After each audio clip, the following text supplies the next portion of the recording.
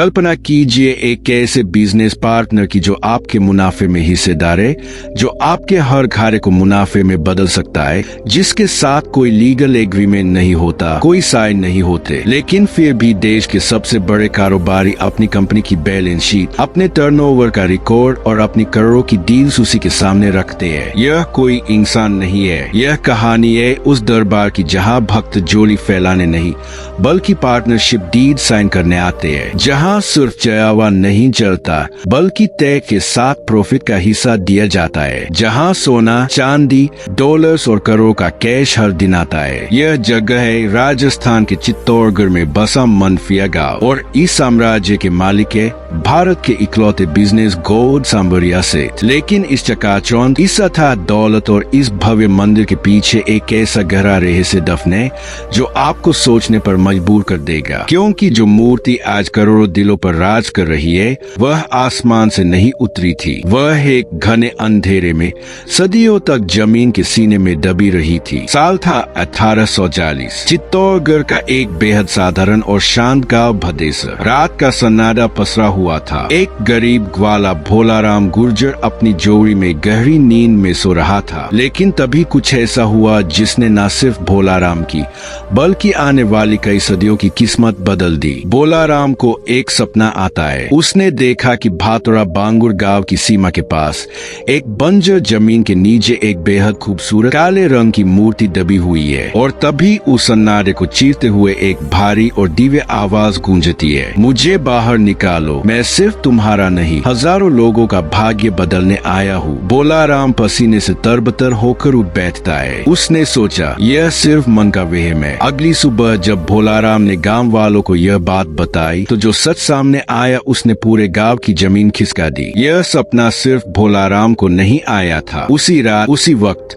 गांव के दो लोगों हीरेराम जी और गोपीलाल जी को भी हूबहू यही सपना आया था। वही जमीन, वही मूर्ति और वही गूंजती हुई आवाज। एक ही रात में तीन अलग अलग लोगों को एक ही सपना आना महज एक इत्तेफाक नहीं था, यह एक ईश्वरीय संकेत था। गांव वालों ने बिना एक पल गवाए फावड़े और कुदाल उठाए और उस जगह पर पहुंचे जो सपने में दिखाई गई थी। सबकी सांसें थमी हुई थी। धीरे धीरे मिट्टी हटाई जाने लगी और जो नजारा सामने था उसे देखकर हर कोई दंग रह गया। जमीन के गर्भ से एक गहरे श्याम रंग की बेहद आकर्षक भगवान श्री कृष्ण की मूर्ति प्रकट हुई थी। लेकिन चमत्कार अभी खत्म नहीं हुआ था। जैसे ही थोड़ी और खुदाई की गई तो उसी जगह से एक के बाद एक कुल तीन दिव्य मूर्तियां धरती की गोद से बाहर आईं। तीनों का रंग सांवला था और तीनों श्री कृष्ण के रूप थे, लेकिन हर एक मूर्ति के चेहरे का भाव और प्रभाव बिल्कुल अलग था। यह कोई सामान्य घटना नहीं थी, लेकिन यहाँ एक ऐसा सवाल खड़ा होता है जिसने सालों तक लोगों को उलझा कर रखा। ये मूर्तियां जमीन के अंदर आई कहां से और किसने इन्हें वहां छुपाया था? इस रहस्य को समझने के लिए हमें आज से कई सौ साल पीछे 16वीं सदी में जाना होगा। यह वो दौर था जब मेवाड़ की धरती पर भक्त शिरोमणि मीराबाई का नाम चमकता था। इतिहास और स्थानीय कथाएं चीख चीख कर कहती है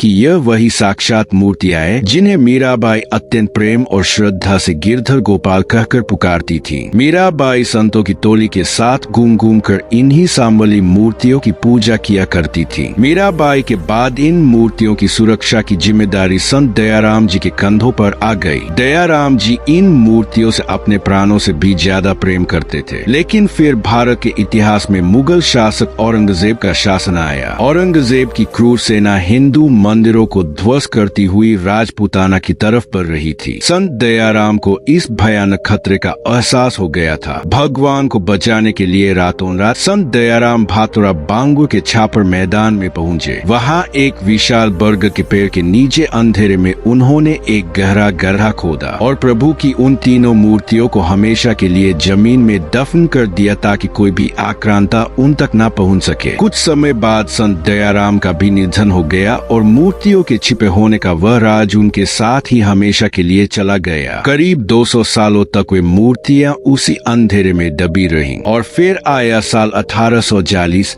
जब उन्होंने खुद सपने में आकर होकर बाहर निकलने का रास्ता चुना। अब मूर्तियां तो बाहर आ गई थी, लेकिन इन्हें स्थापित कहाँ किया जाए। कुछ ही दिनों बाद एक तपस्वी साधु को एक और सपना आया। सपने में उसी श्री कृष्ण ने आदेश दिया कि मुझे उस भूमि पर ले चलो जहाँ मेरा नाम केवल भगवान की तरह नहीं बल्कि लोगों के भाग्य विधाता के रूप में गूंजेगा। और यहीं से जन्म होता है भारत के उस रहस्यमय सांवरिया त्रिकोण का। मूर्तियों को 3 अलग अलग जगहों पर स्थापित किया गया। सबसे पहली और मूल मूर्ति भदेसर गांव में उसी जगह रची गई जहां वह जमीन से निकली थी। आज भी जो लोग मानसिक क्लेश और तनाव से गुजर रहे होते हैं वे शांति की तलाश में यहाँ आते हैं। दूसरी मूर्ति को मातृकुंडिया ले जाया गया। यहाँ भगवान का रूप थोड़ा रौद्र और शक्तिशाली माना जाता है। कहते हैं कि जो इंसान कोर्ट कचहरी, बड़े विवादों या दुश्मनों के जाल में बुरी तरह फंस जाता है उसे मातृकुंडिया के दरबार से ही न्याय और राहत मिलती है। और तीसरी मुख्य मूर्ति जो सबसे पहले प्रकट हुई थी उसे करीब 40 किलोमीटर दूर मनफिया गांव में स्थापित किया गया। यही है आज का मुख्य सांवरिया सेठ मंदिर। इस मुख्य मूर्ति की तरफ अगर आप ध्यान से देखेंगे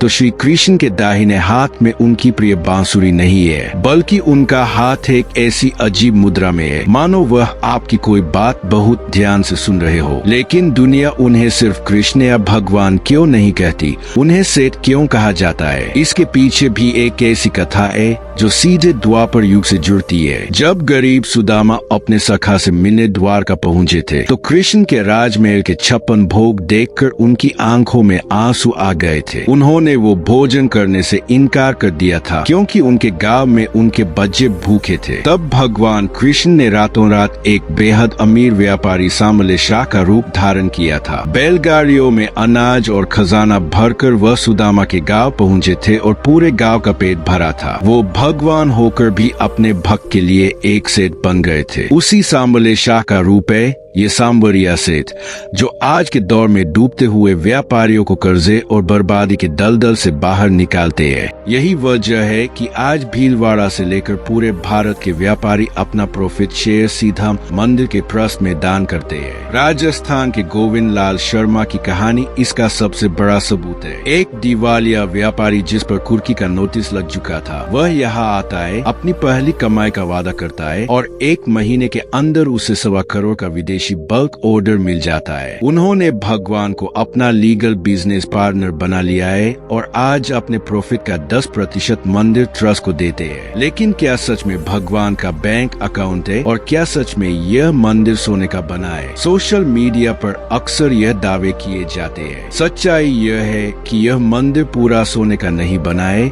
बल्कि सदियों के चयावे से इसके गर्भगृह की दीवारों पर सोने की मोटी परत चढ़ाई गई है। और भगवान के बैंक अकाउंट का सच यह है कि यहाँ जो भी करोड़ों का दान कैश या सोना आता है वह श्री सांवरिया सेठ मंदिर ट्रस्ट के सरकारी खाते में जाता है। सीसीटीवी की कड़ी निगरानी में पाई पाई का हिसाब होता है। यह पैसा भगवान के नाम पर समाज की रगों में दौड़ता है। गरीब बच्चों की पढ़ाई में, अस्पतालों में मुफ्त इलाज में, कन्यादान योजना में और विशाल गौशालाओं के संचालन में इस धन का उपयोग होता है। जब एक व्यापारी अपनी कमाई का हिस्सा सेठ जी को देता है तो वह असल में समाज के सबसे कमजोर वर्ग की भलाई का पवित्र सौदा कर रहा होता है। इस मंदिर का एक स्याह और रहस्यमय पहलू भी है जो सिर्फ रात के अंधेरे में जागता है। जब सूरज ढलता है और मंदिर के कपाट बंद होते हैं तब शुरू होता है कुछ गुप्त साधनाओं का सिलसिला। माना जाता है कि इस मंदिर में कुछ विशेष रातों को आधी रात के सन्नाटे में गर्भगृह के भीतर से एक रहस्यमय हल्की नीली रोशनी प्रकट होती है। कहते हैं सांवरिया सेठ ने अपने कुछ विशेष भक्तों को व्यापार की बाधाएं दूर करने के लिए एक ऐसा गुप्त बीज मंत्र दिया है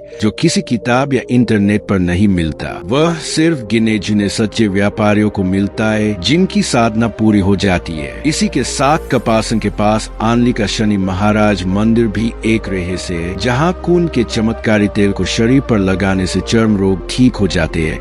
लेकिन जैसे ही उसे व्यापार के लिए बेचा जाता है वह पानी बन जाता है। सांवरिया सेठ का यह मंदिर पत्थरों से नहीं बल्कि टूटते हुए इंसानों के विश्वास से बना है। यह सिर्फ एक धार्मिक स्थल नहीं है, यह भारत के आर्थिक और आध्यात्मिक मनोविज्ञान का सबसे बड़ा अभेद्य कवच है। यह सिखाता है कि जब आप अपनी सफलता में किसी ऐसी शक्ति को साझेदार बना लेते हैं जो आपसे बड़ी है तो आपका मानसिक तनाव खत्म हो जाता है। जमीन के एक अंधेरे गड्ढे से निकलकर करोड़ों दिलों के तख्त पर बैठने वाले सांवरिया सेठ सिर्फ एक भगवान नहीं है, वह एक फेथ बेस्ड पार्टनरशिप मॉडल है। वह उस हर इंसान के आखिरी भागीदार है जिसे दुनिया ने अकेला छोड़ दिया है। तो अगली बार जब जिंदगी के व्यापार में आपको घाटा नजर आए और हर रास्ता बंद लगे तो याद रखिएगा मनफिया के उस दरबार में एक पार्टनर आज भी आपका इंतजार कर रहा है जो कभी सौदे में धोखा नहीं देता।